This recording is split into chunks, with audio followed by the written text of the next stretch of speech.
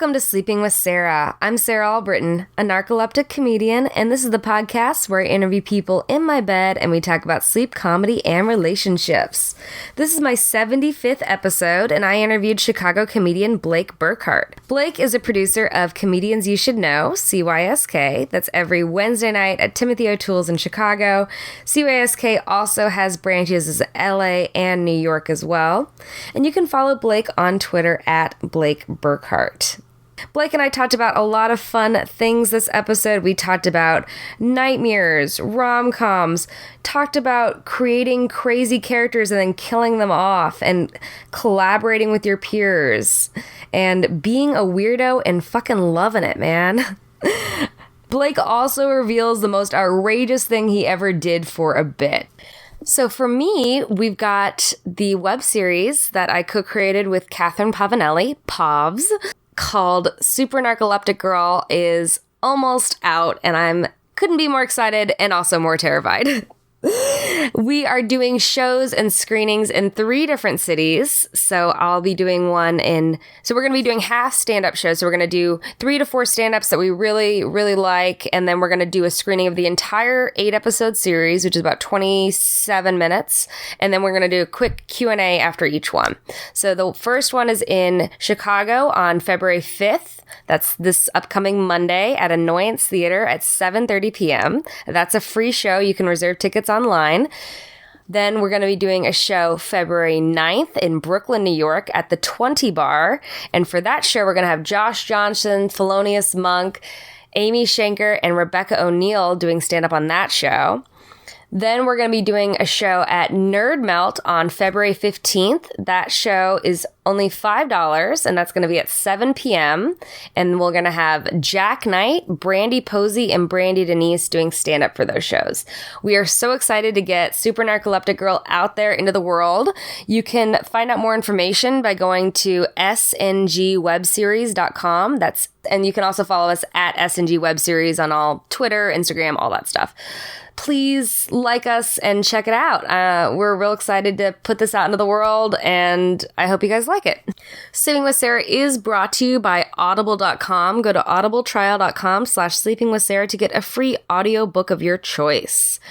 If you like this podcast, please rate and review and subscribe on iTunes, iHeartRadio. We're also on Spotify now, so please do all of that stuff. If you want more information, go to sleepingwithsarah.com. You can also follow me on Instagram and Twitter at Sarah Albritton. Well, let's get started with the show. Sleeping with Sarah. Thanks for having me. Yeah, how'd you sleep last night? Last night I slept really good. I was up kind of late, and I had a few drinks, to be honest, and after a show, and then, when I finally laid down, I went right to sleep. Yeah, because you hosted last night, right? Yeah, I hosted at Comedians You Should Know, at Timothy O'Toole's. Don't worry, I'll plug it at the beginning. Intro, so no worries. I hosted. It was a really great show. It was very fun. Yeah, that's awesome. Yeah. You don't usually have problems sleeping at all? You just kind of pretty normal? I wake up in the middle of the night sometimes. I have, really intense nightmares, and they'll wake me up. You have nightmares, yeah? Yeah, they used to be way worse, but lately it'll just be a really weird dream, and I'll, wake myself up because I'll be real freaked out. But other than that, I can fall asleep really quickly, which is good. Yeah, that's what I can do, too. It's so nice. Yeah, it's great. So when did the nightmares start? Oh, forever. I have, very high anxiety, so I think that probably just bleeds into my sleep and my dreams and nightmares and everything. So something like you're stressed out, does that very clearly come into your dream? Yeah, it'll be like a real, obvious metaphor. Dreams, represent your real life, so I'll just be like, oh, I get why that demon was chasing me. The demon was my debt or something, Yeah. It's not original at all, but it'll freak me out really bad. Oh, gotcha. And then, shake me awake. So, but you get out of it before it gets too bad? Usually. And sometimes I'll just have a really weird dream that will go on for hours, and then I'll wake up and it'll just, ruin my next day, because I'll just be like, that was too vivid and fucked up. Anyways, I think I've had dreams that have lasted, it feels like days or weeks or something, and then you wake up and it's only been a couple hours, and you're just, like, disoriented, because you don't know, like, you're like, did I just live a different life? Like, I know, it's so surreal.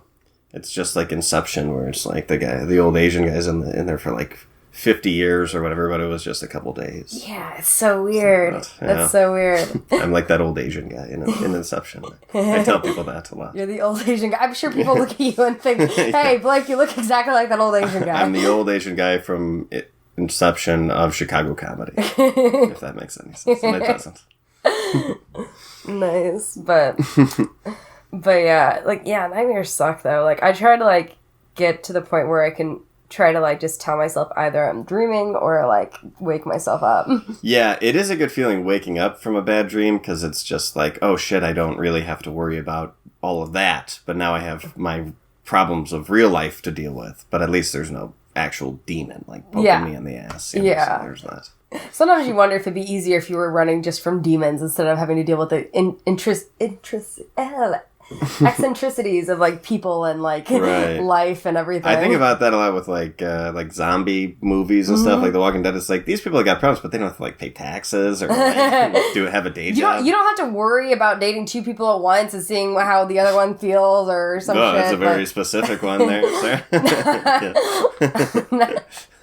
Whatever. I'd be dating 2 zombies at once and 1 living person. And only one of them would be trying to eat your heart. And Yeah, eat my heart. There was one zombie movie that I think was based on, I want to say it was, like, based on a comic book or something, but it was, like, I thought that was interesting. It was, what was it? I think it was Warm Bodies, where, like, the girl tries to fall. Oh, I saw that. Yeah. Doesn't, like, it's about the guy who is a zombie and he falls in love with, like, a living woman. Yeah, he tries to, like, have feelings, and he's, like, very... Yeah. He can't vocalize them. They find new ways to do romantic comedies every year. You know? It's like, how about a zombie that is in love with a lady? What's your romantic comedy pitch that they haven't come up with yet? I hate that shit, to be honest with you. I love all sorts of movies, but romantic comedies they've worn me down. Well, There's they're too just many. so predictable. That's why I prefer the ones like 500 Days of Summer, which... I do like that. It doesn't end. Like what I like, and that's also what I kind of liked about La La Land, is that was, like, a way more realistic ending. Yeah.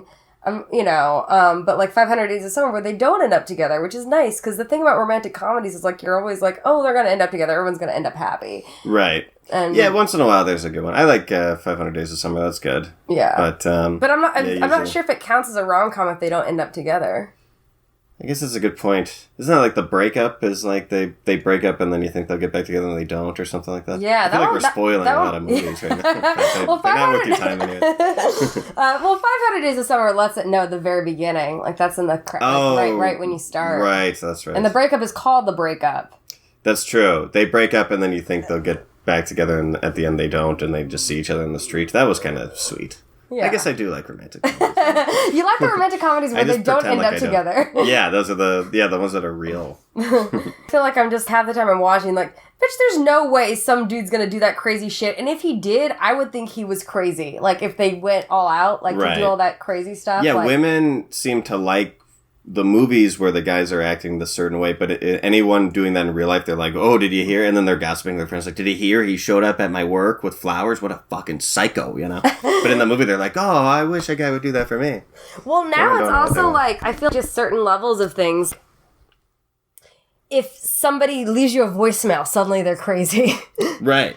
I know. Back when I was in my early 20s and single, I was just so bad at dating because I would just try to be sweet and girls would just be so weirded out by me. No. And then I got to my late 20s and I was like, I don't care anymore. And then, like, things started working out better, I guess. I still am far from great. But. Were you still dating people in their early 20s, or were you dating people your age? I think that I have dated the widest range of ages of, like, most people I know. Really? Just because, like, it doesn't matter to me at all. Like, I have dated people quite a bit younger than me, but, like, the first woman I ever really loved was, like, 10 years older than me, or I shouldn't say loved, but, like, was, like, infatuated with and briefly had a thing with.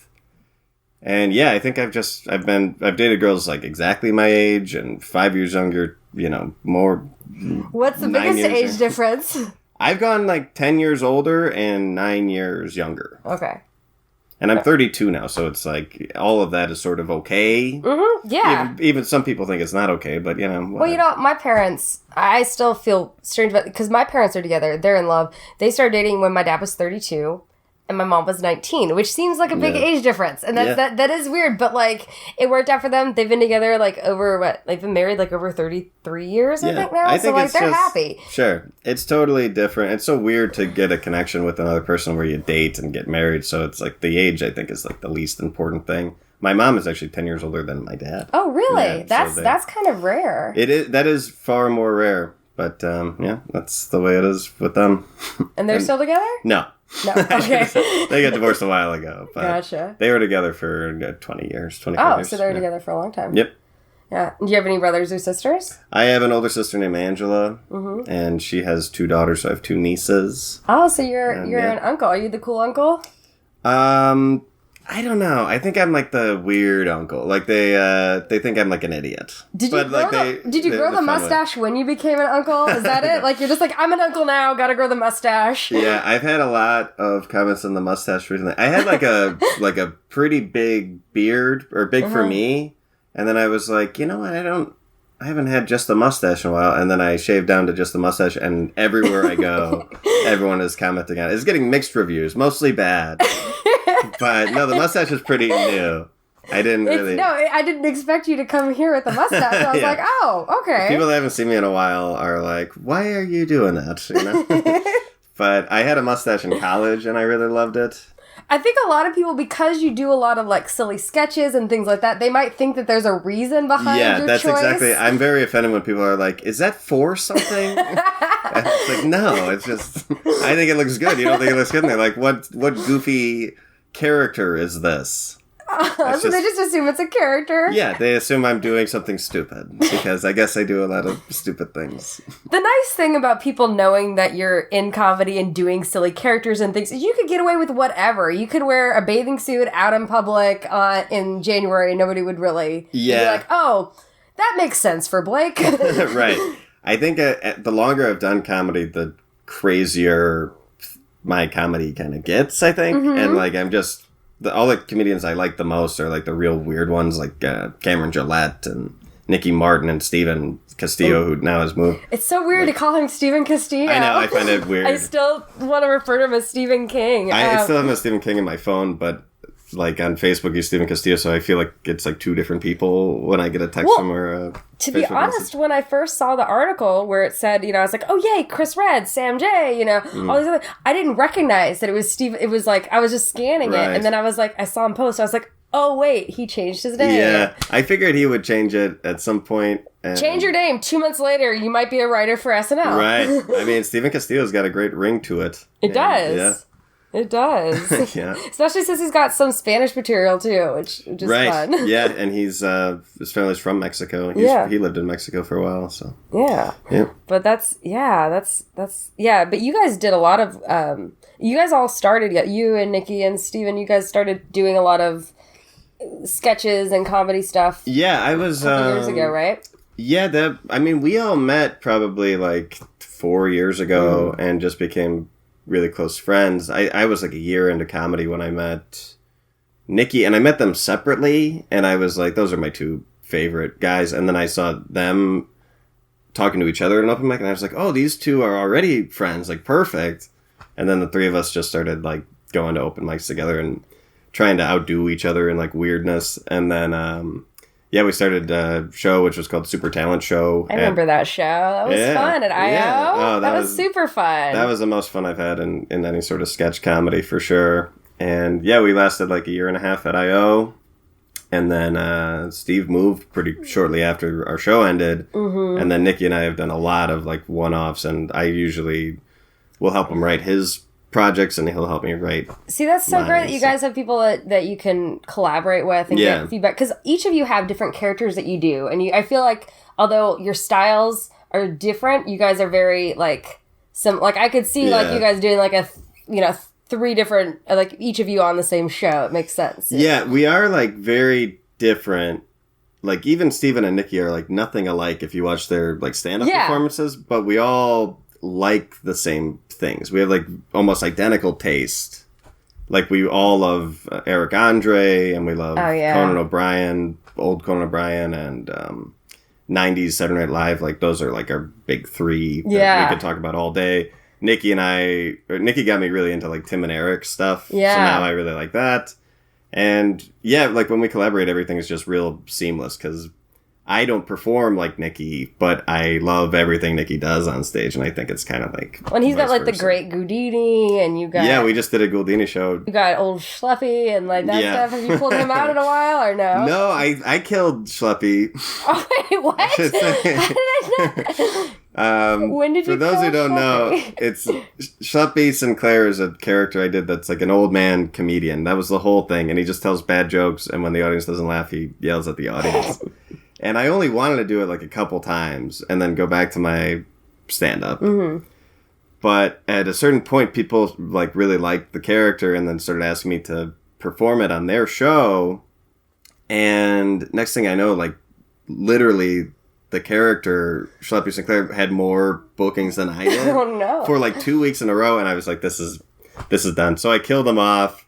And then I brought him back, and the same thing sort of happened where people were like, we'll have Schleppy on the show, and not you, Blake.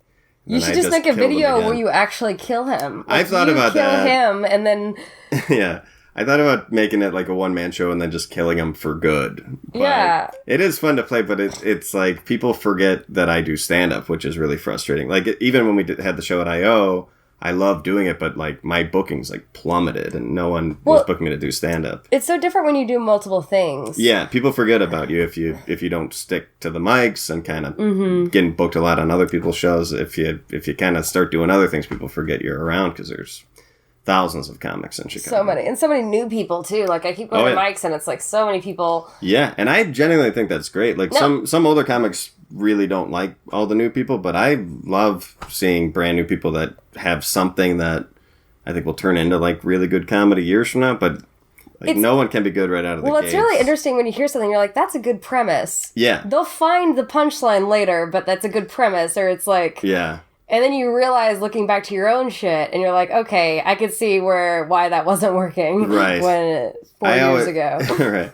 I always love finding like the new real like weirdo comics, you know? And sometimes they don't even stick to it, but like someone just doing a real crazy act at an open mic and just sort of like fearless.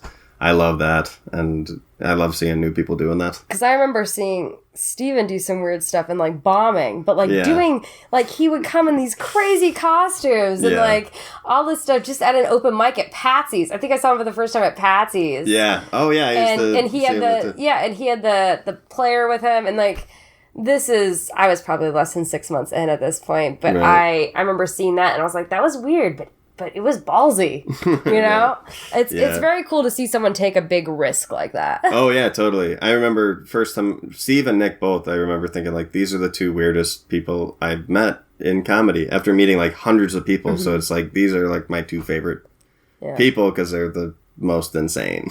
Yeah, and I love that you're using weird in such a positive way because I feel like when I grew up, like, weird felt like a bad word, you know? Yeah. Like being called a weirdo. And I love, like, I think the biggest insult anyone could give me or anybody is like call them boring. So like I'd much rather be weird than boring. I think that I've just noticed that with a lot of people, like in high school, like you don't want to be the weirdo, and weirdos are like outcasts, and it's not a good life. But then at some point that turns upside down, and like being like the normal is considered like dorky or boring, like you were saying.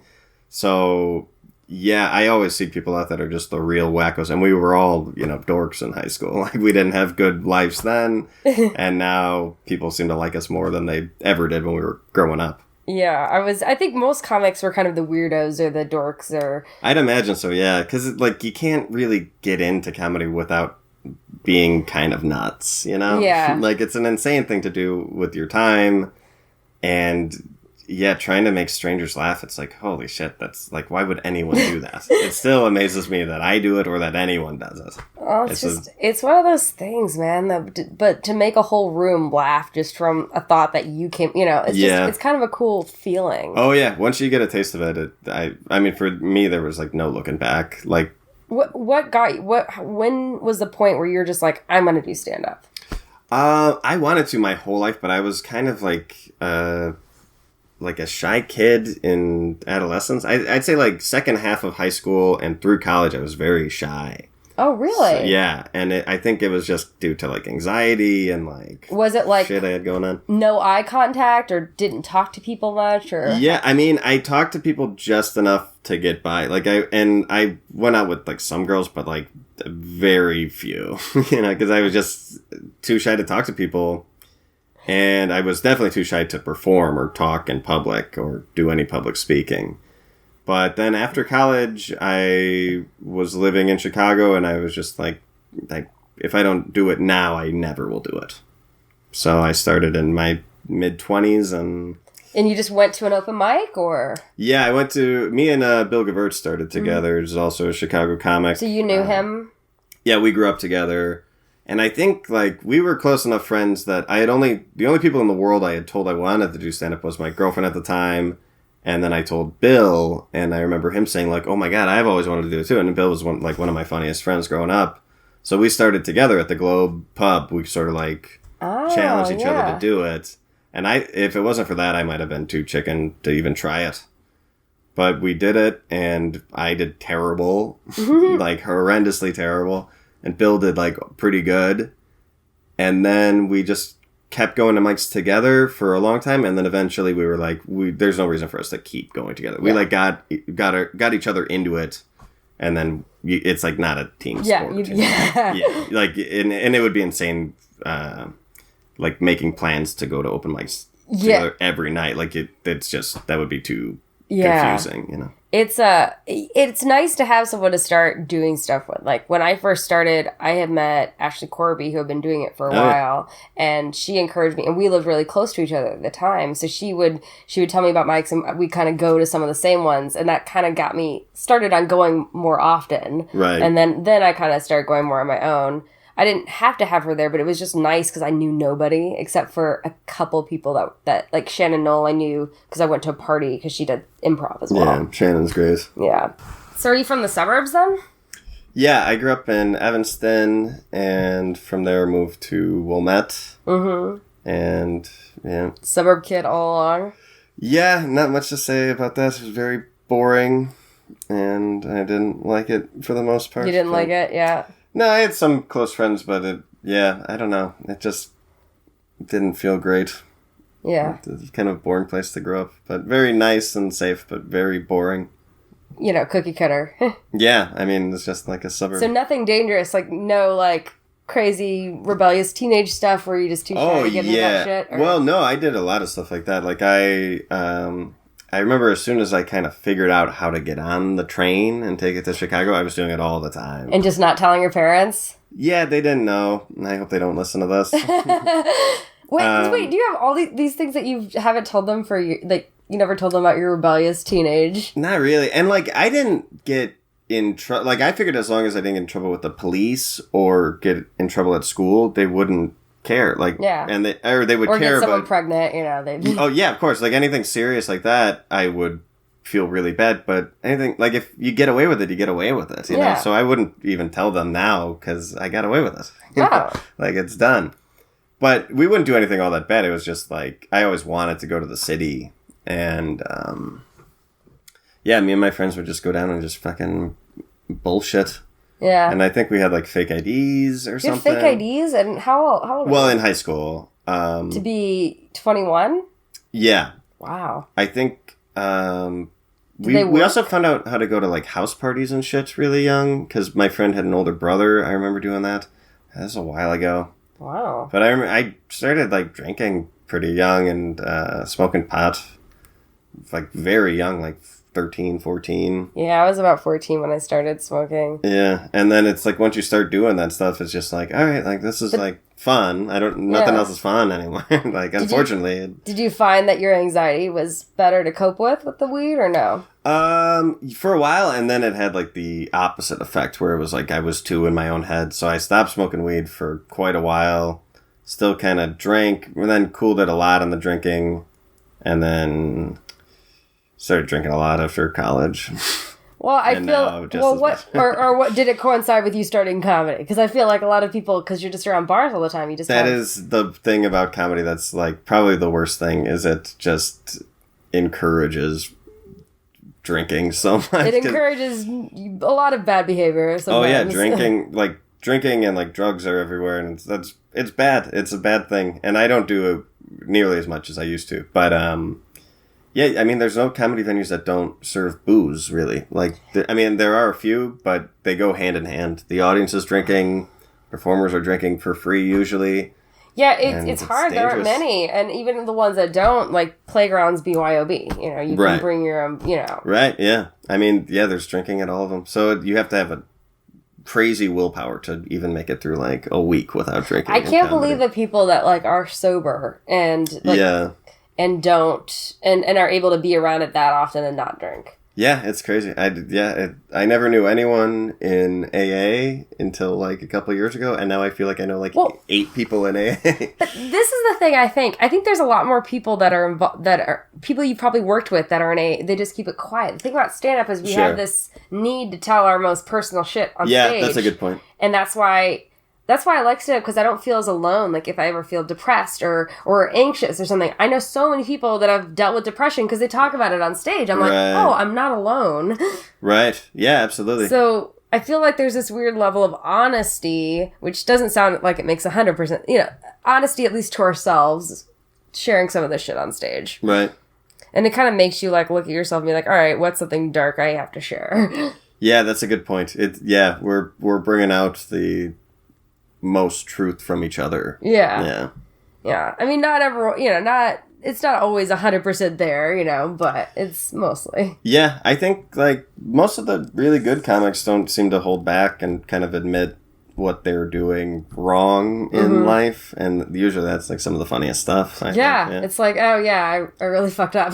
Yeah, or like I don't know how to handle money, and then like everyone can relate to that a little bit, so it's funny hearing people kind of go off on how dumb they are, you know? Yeah, no, I love that stuff. Yeah.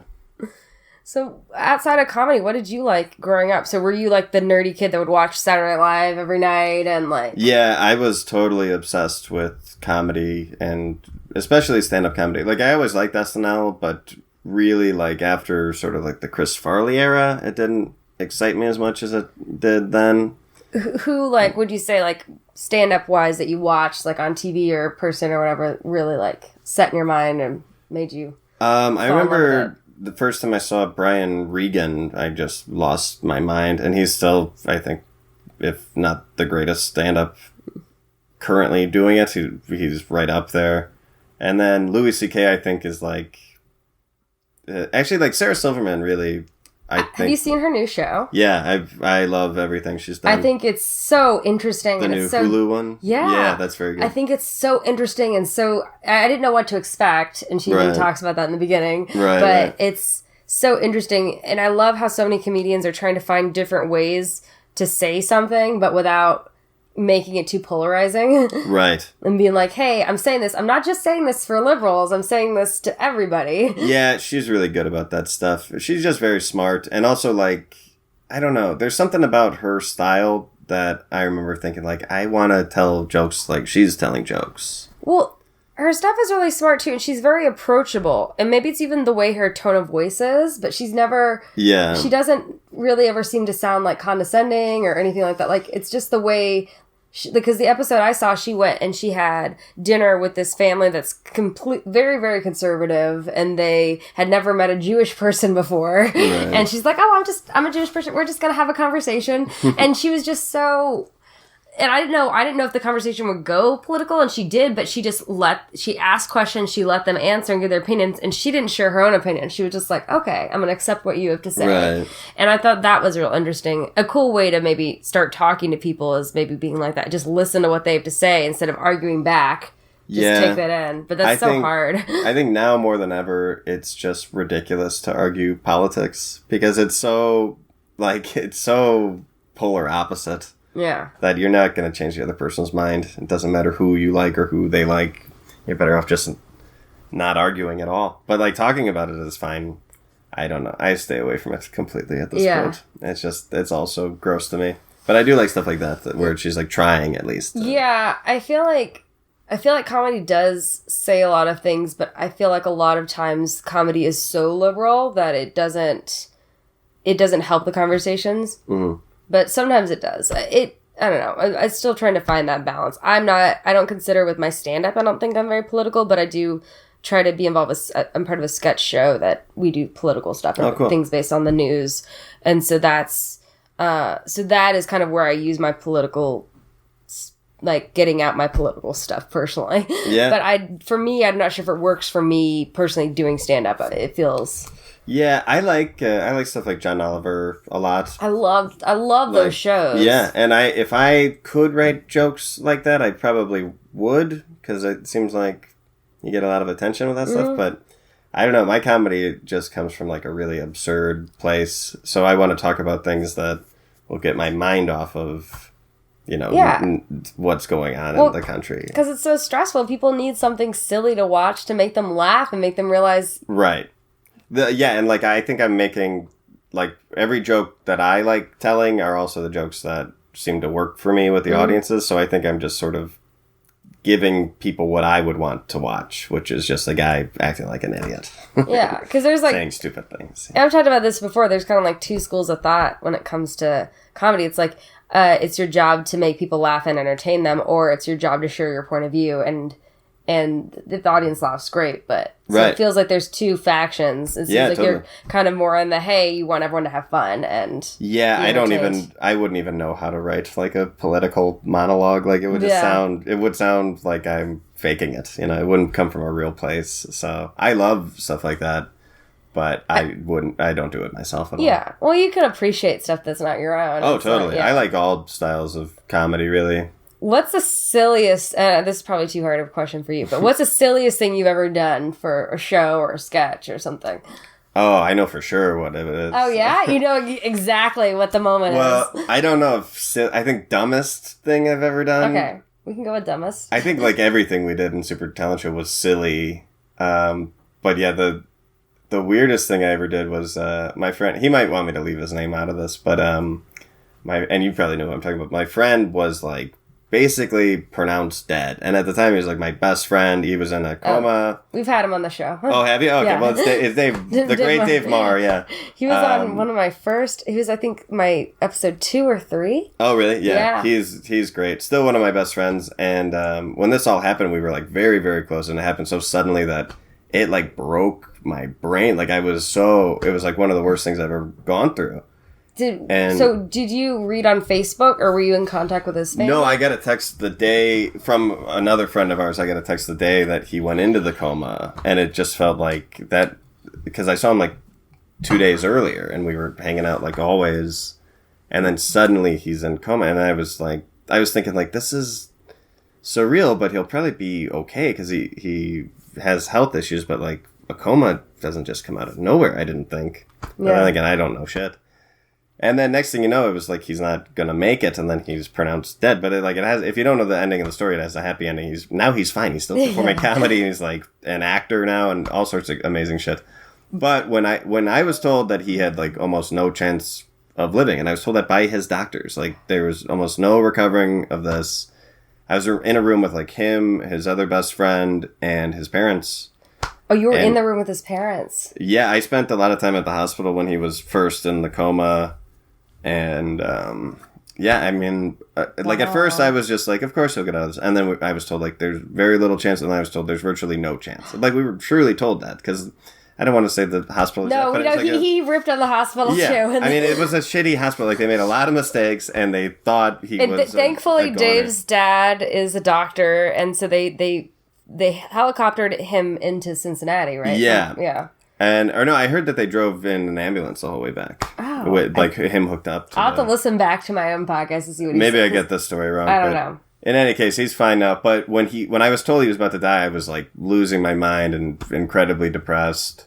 Mm. And then there was a late breakfast show, which is an amazing show here in Chicago at the Hideout. Once every 4 months now. Yeah, now it's going to be in New York. Probably a city near you, so check it out if you listen to this somewhere else. But, basically, that's a very silly show where people kind of have freedom to do weird shit. Mm-hmm. So I had just gotten the news about Dave, so I was like, I'm going to do something that I know Dave would find funny. I'm going to just get naked on stage for no reason. What? And I'm going to sing my song with Dave was That's What Friends Are For. It's like a really sweet song, you know? And so I got naked. Completely naked. Well, first I got on stage and I gave everyone the lyrics and people started singing and all Dave's friends were on stage.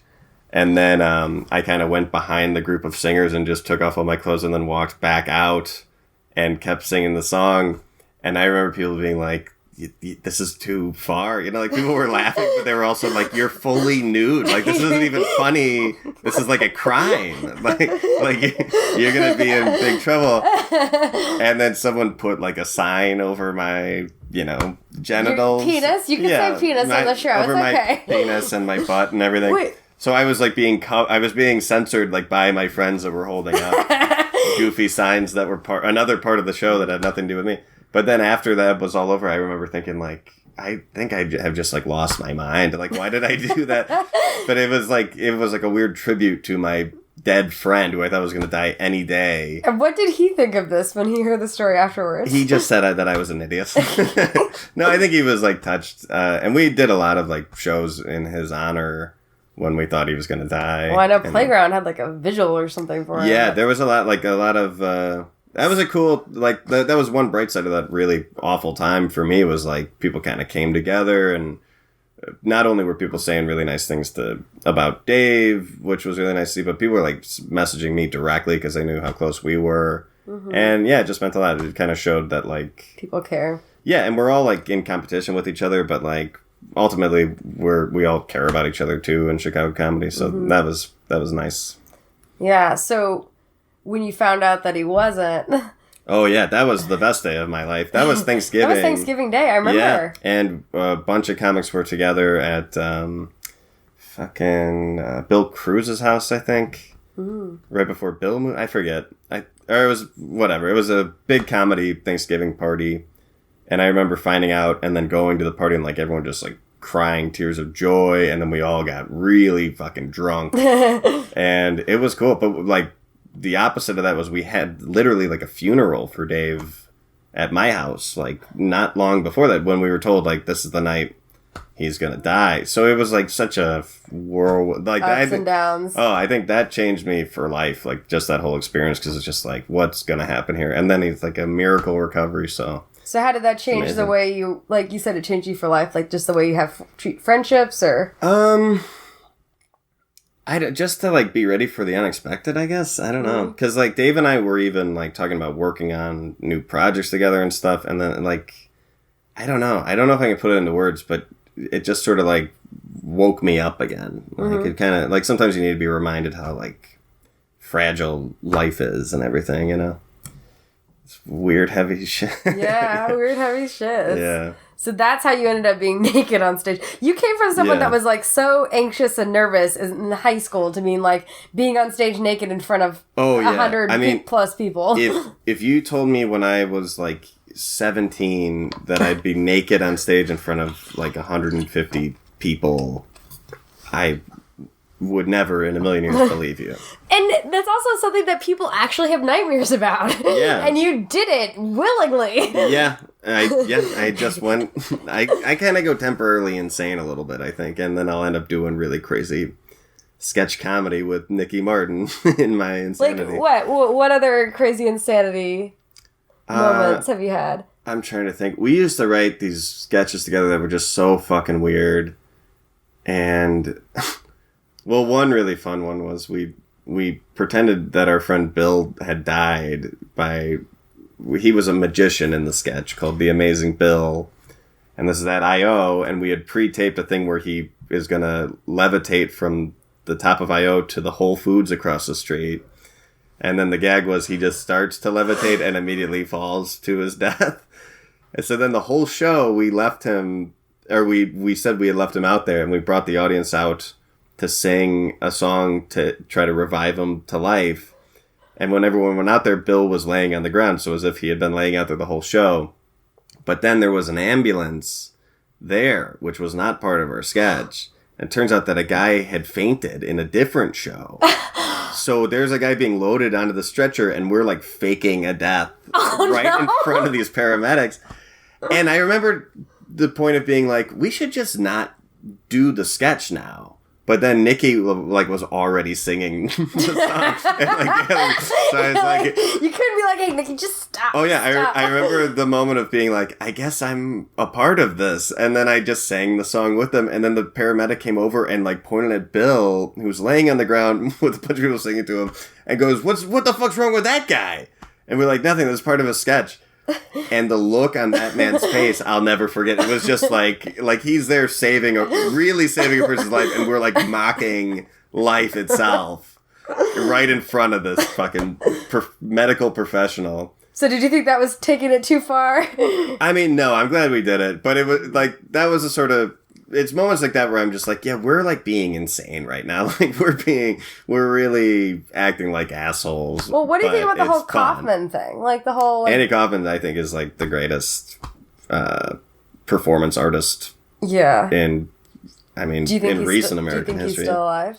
No, I think he died a long time ago. Yeah. I do love that he was so good at the gag that people do kind of still think that. Yeah, what's his name? What was the other guy's name? Bob Zmuda or Tony Clifton? Tony Clifton. I saw Tony Clifton like 8 years ago or something. Really? Yeah, I know different people have played him. There's my favorite book ever is called Andy Kaufmann Revealed, and it's written by Bob Zmuda, who was like his partner.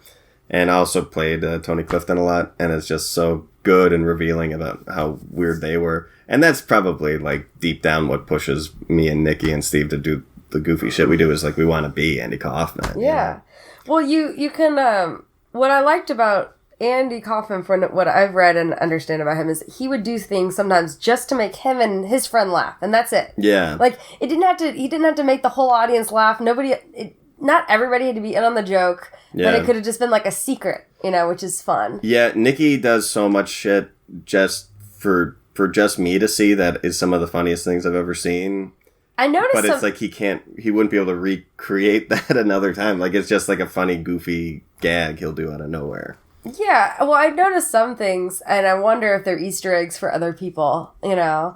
Like when he did the 7 Minutes in Purgatory, and they had the Garfield thing going on in the background, and that shit. I was wondering, is that a private joke between him and somebody else, or is that sort just... of? I mean, there are so many things now where we keep bringing back characters that no one even liked in the first place, but we'll bring them back like 4 years later. Well, who cares? If you guys are having fun... It's fun, and people usually like it, but they don't get it, and I think that's what makes them like it even more, because we don't even get it. But it's sort of, I think they're thinking, like, why was that so weird? What did I just see? And then they leave thinking that way, like, that's sort of what we want. Is the joke kind of them confused? In a sense, but we also want to give him a show. Like, Nicky's, like, the best showman. It's still super entertaining. You can still be entertained by something and still not fully get it. You can be like, I don't know why I like this, but I like it. Yeah, I notice whenever I write something with Nicky, we'll just put in the weirdest shit that isn't even particularly funny or interesting, and we'll just put it in out of nowhere because it's, like, insane. Mm-hmm. And then that'll be the thing people bring up that they loved, like, a week later. So, I don't know. I don't think there's any real science to it. It's just people like weirdos, and if you can collaborate with weirdos, I don't know. If it all just comes together in like a weird magic, people just fucking love it. So that's what we're trying to do. Find other weirdos to collaborate with, right? Exactly. Yeah, I think that's the greatest decisions I've ever made is when I do shit like that. Yeah. So in general, you mostly started doing sketch when you met Nicky and Steven, right? Yeah, I had never done it before. And I lived with Steven. We became really good friends. And we moved into this house with other comics. And then, yeah, I mean, Steven just got sort of the offer to pitch a show to IO. And then he just, like, handpicked me and Nicky. Because we were all hanging out together. And, yeah, like I was saying earlier, like, our comedy styles just, like, synced up and made sense together. So, yeah, like... Steve was like, let's do the show. And I was like, I've never written a sketch. I don't even know how to do that. I don't know how to act. And he's probably like, no big deal. You'll catch on. Yeah, he was like, let's just do it. Like, let's make it like fun and weird. And then it was fun and weird and like really hard.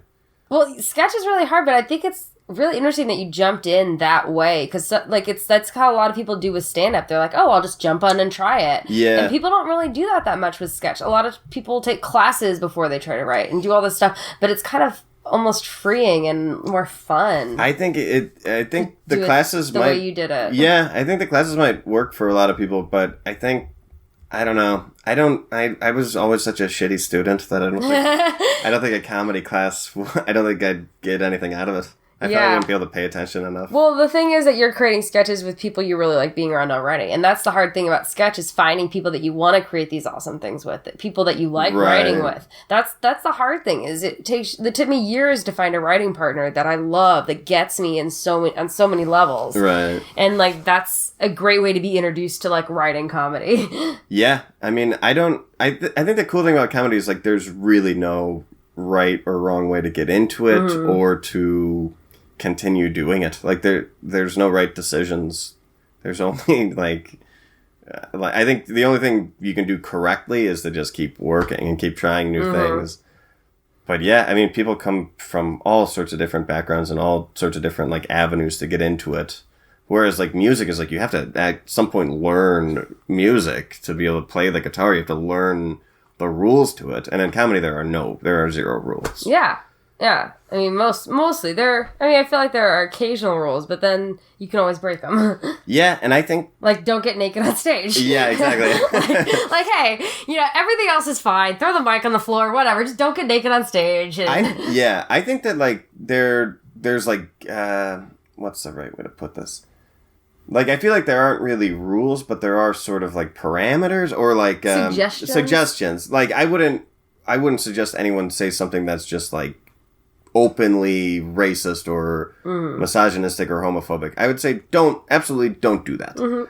But if someone were to find a way to do that creatively that was anti-sexism or racism, sometimes that is like incredible comedy. Yeah. But it's a very fragile thing. I don't do that because I'm afraid to do that and I don't want to, I'm not trying to change the game with how can I make it an anti-sexist joke but have it, I don't know. Paul Thomas is really good at doing that. He does characters. Like one time he was doing a character where he's at a party talking to a girl he wants to impress, right? And it's like a one-man sketch, so the girl isn't actually there, but it's clear that she says something a little bit racist, something, and he's like, oh yeah, I don't like those Jews either. Like he's trying to say it. It's clear that he's not that way, but he's trying to say it to impress this girl. And that worked because it was funny, because it shows that guys will do anything to try to impress a girl. Yeah. And it was like the way he did it was much better than I'm describing it. But the delicacy of being able to do that is very interesting. Yeah. I think if your heart is in the right place and you're willing to push the boundaries, I say go for it. But it just has to be really funny, or else you're gonna and have at least some kind of point to it. Don't just be like, "Hey, I'm gonna say." Yeah, exactly. But yeah, I mean, and other than that, I've seen so many different types of jokes and sketches and everything that at this point I feel like it's purely chaos. It's just whatever you want to do with your performance, do it. Just try to make it funny, because being funny is the hardest part of the whole thing. Yeah. Did you think you were like growing up? Did you consider yourself like a funny kid, or said Bill was kind of a funny one? Bill and I were like friends in high school. We were like, I don't even know if we were like the particularly funny ones. Like I have this buddy named Pat who's the funniest person I've ever met. He doesn't do stand-up, but he was the funniest of our group of friends. And I don't know. I think I'm like a very hard critic on myself, so I don't think things are ever funny enough. You always think about ways you can make them funnier. Yeah, or I would be like, that was what I just said was okay, but then people would be like laughing and giving it way more credit than I thought it deserved. And then I was like, maybe I could do this, but it's never good enough for me, if that makes sense. No, I'm the same. I'm hard on myself as well. Yeah. It's like if not everybody laughs at every single joke, I'm like, okay, I can do better. Yeah, and even if like I get a big laugh, I'm like, that wasn't the way I wanted to tell it or something. Like, it's never good enough. I don't know. But that's what I think about stand-up. It's always changing. So you can always, like, write the better punchline. You can try something else out. Yeah. You can go out tonight and try it 3 different ways. Yeah. And that's what I love about this art form, is that we're able to have that freedom. We don't have to lug around a ton of equipment. We can just show up. Oh, yeah. Go to a mic. That's the best. I used to be in a band, and I remember the worst part was loading stuff in and loading stuff out. What did you play? I just erased that. I played bass in a band with a couple of guys I went to college with. Yeah. Or high school and college. Was it like a cover band or? No, we wrote our own music. We were sort of like alt-rocky sounding. Yeah, like, that sounds about right. High school, college, alt-rock. Yeah, I really like this band called Dinosaur Jr. from the 90s, and people said we sounded like them a little bit, so I always thought that was cool. But we were trying to sound like Nirvana, probably, you know. And that lasted like 5 years, like through college. And it was fun, but I started doing comedy towards the end when the band was breaking up, and then once the band broke up, I was like, oh yeah, I don't even really miss playing music, because I can do comedy every night, and I don't need to bring anyone with me or anything with me. I just show up. It's the best. It is. Awesome. Well, as we're starting to wind down the podcast a little bit, I always ask people this question, like, because we talked about dreams and nightmares a little bit earlier. What are your dreams and goals for you in your future? You know, that's a great question, but I never really know how to answer that. I like every time an opportunity comes out of nowhere and I go with it, that's always like the best things I do. So I don't know. I'd like to just keep myself wide open to whatever opportunities come. And I'm amazed what has come to me already. I hope things like that keep happening. But I don't know. I'd really like to write a full-length movie, either by myself or with Nicky at some point. That sounds fun. Like, yeah. Would you be in the movie as well? No, I don't need to act at all. You're like, no, we're gonna give that job to somebody else. I mean, I act in a lot of sketches and like little short films and things like that. But it's like, ideally, if I could write a part and then get like a great actor to play the lead or whatever, and then they totally get the sense of humor I'm going for, that would be like ideal. I don't need to be in it. I have no interest in because sometimes you write something, you're like, oh, that's Kristen Shaw would play that perfectly. Let's just, right. If she could just do that. I write a lot of parts when I write shorts for comics that I especially like. Like I wrote a whole sketch specifically for Steve Gerrard that we're gonna film pretty soon, just because he cracks me up. But no, I'd like to write a full movie and then cast. If I could cast like some people I know, but also like turn it over to a director and producers and shit and just be done with it. Just write it and be like, hey. Yeah, because like that's what I wanted to do in college. I transferred into film school and I made documentaries and I wrote screenplays. So I kind of want to go back to my roots. Yeah. And like after college, I did a lot of video stuff and kind of got myself out of debt. And then I kind of totally quit doing video stuff because it doesn't pay enough. And yeah, I'd like to kind of go back to my roots because I always wanted to be a writer. So I'd like to figure out how I can do comedy and writing and simultaneously make it all work. Yeah, and put it all together. Yeah. Well, it's very cool because I feel like the more I do this, like every year, it's like there are more people I know that are doing it full time as a job, and it's like feels like it is something that's actually reachable, which is nice. Sure, and it's real chaotic, like where opportunities come from. So I try to just not think about it. Like I'm having such a great time just doing stand up in Chicago for now that if something else comes out of it, great, and if it doesn't, I hope I can keep doing this and I don't get casted out or replaced or whatever, Yeah. Well, sounds good. Well, thank you so much for doing the podcast. Yeah, Blake. Thanks for having me. This is fun. Yeah, we always say good night, everybody. Good night, everybody. Thanks for listening to Sleeping with Sarah, where I slept with Blake Burkhart. Be sure to follow Blake on Twitter at Blake Burkhart and check him out at CYSK Comedians You Should Know every Wednesday night at Timothy O'Toole's in Chicago. Please remember to subscribe and rate and review on iTunes, iHeartRadio, and SoundCloud. We're brought to you by Audible.com. Please go to audibletrial.com/sleepingwithsarah. I'm releasing a new podcast each week. Be sure to tune in to find out who I have in bed with me next. Thanks to Josh Bryant for the music. You can find out more on sleepingwithsarah.com. And please follow me on Twitter at Sarah Albritton. Until next time, good night. Sleeping with Sarah.